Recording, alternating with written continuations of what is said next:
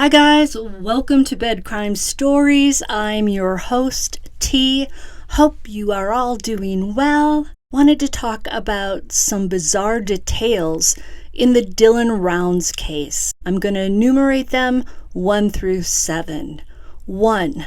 Dylan's 6:51 a.m. phone call to his grandmother, Karen Rounds. Many think it's odd that Dylan called his grandma at that hour for such a short conversation. Karen Rounds could probably help us clear that up. I'm assuming she asked Dylan to call her after he finished planting, or maybe he misdialed while trying to call Jim Brenner to tell him to open the gate. Now, I have to give credit where credit is due for that last idea. I heard that on Mob Crew's channel, and I think it's quite plausible. The names Jim and Karen, if listed like that in Dylan's context, would be right after one another in alphabetical order, as in J, K, etc. 2. The 2:41 p.m. ping off Dylan's phone from an app. Was the phone turned off at this hour? Was it destroyed? Did the battery on it die? We know the ping occurred in a 15.4-mile radius on part of Dylan's property. Now, according to the official record, Dylan's iPhone hasn't been found. His mother, Candace Cooley, said a family member was able to clone his phone. Just FYI, apparently there are several ways to clone a phone without actually touching it. You can easily clone the target phone and obtain crucial information related to it. People who know how to exploit the vulnerability of devices or who know how to use a spying app can make this happen. So that is definitely a possibility, and apparently somebody in the family did that. 3. When Dylan's parents arrived in Lucin, Utah on Monday, May 30th of 2022, they found Dylan's 2015 Burgundy F-150 truck locked and the 4-wheel drive engaged. According to Dylan's mom, her son was a creature of habit. He never locked his truck. He never closed that infamous gate. He always wore the same type of clothing. He always bought the same boots, and so on. The seat in the truck was also moved all the way forward. Dylan was 5 feet 11 inches tall. He never moved the seat forward.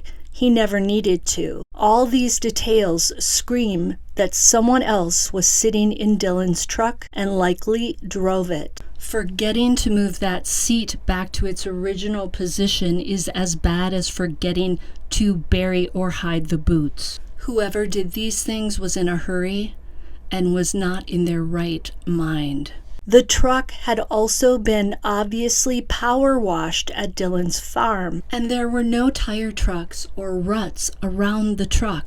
Now, in my opinion, that F-150 truck was power washed twice. Once by Dylan on Thursday at his farm. Montello local Kurt Wadsworth and his daughter Taylina said that they spoke to Dylan on Friday morning, and he told them that he had power washed his Ford truck. In my opinion, the second power washing also occurred at Dylan's farm, but this time it was done by the perpetrator or perpetrators.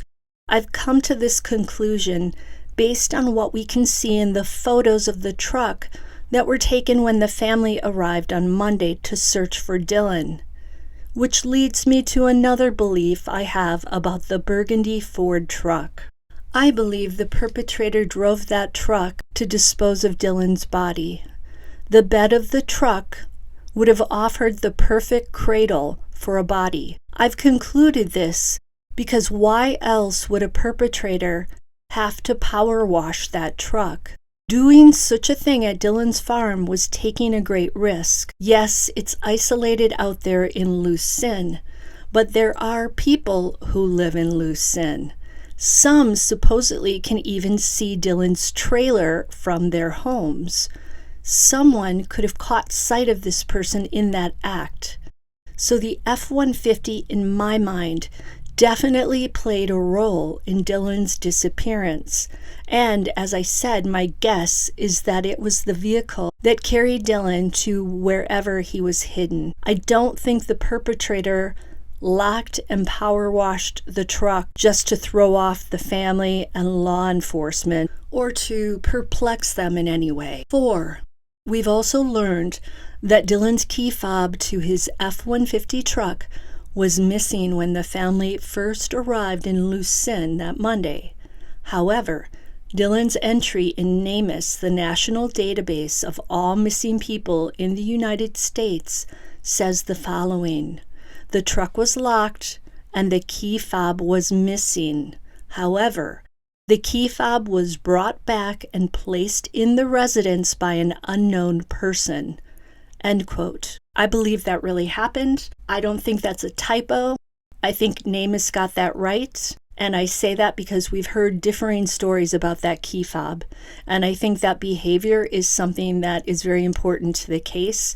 And perhaps law enforcement doesn't want all of us web sleuths and all the people in the public to know that detail with certainty.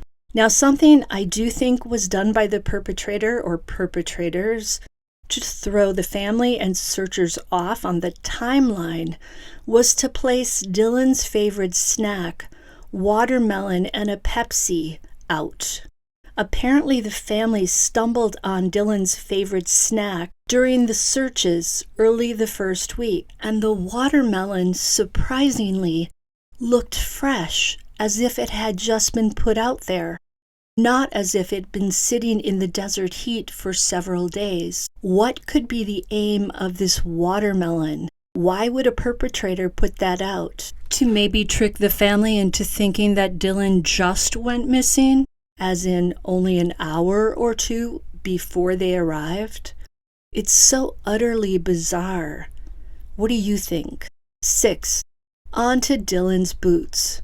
Why were they carelessly left behind a dirt pile about 100 yards south from the grain shed? Note that this dirt pile is actually a place where garbage is burned. I personally think the perpetrator planned to burn the boots, but ran out of time or forgot about them.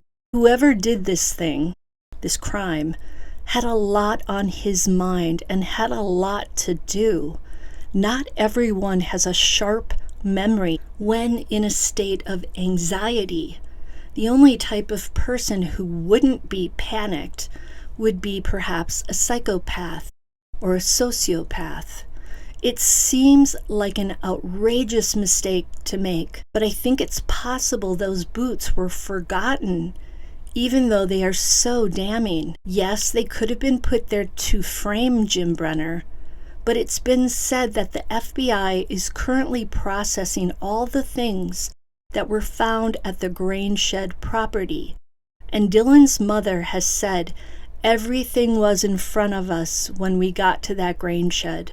I think we're going to find out that whatever happened to Dylan Rounds was not pre-planned.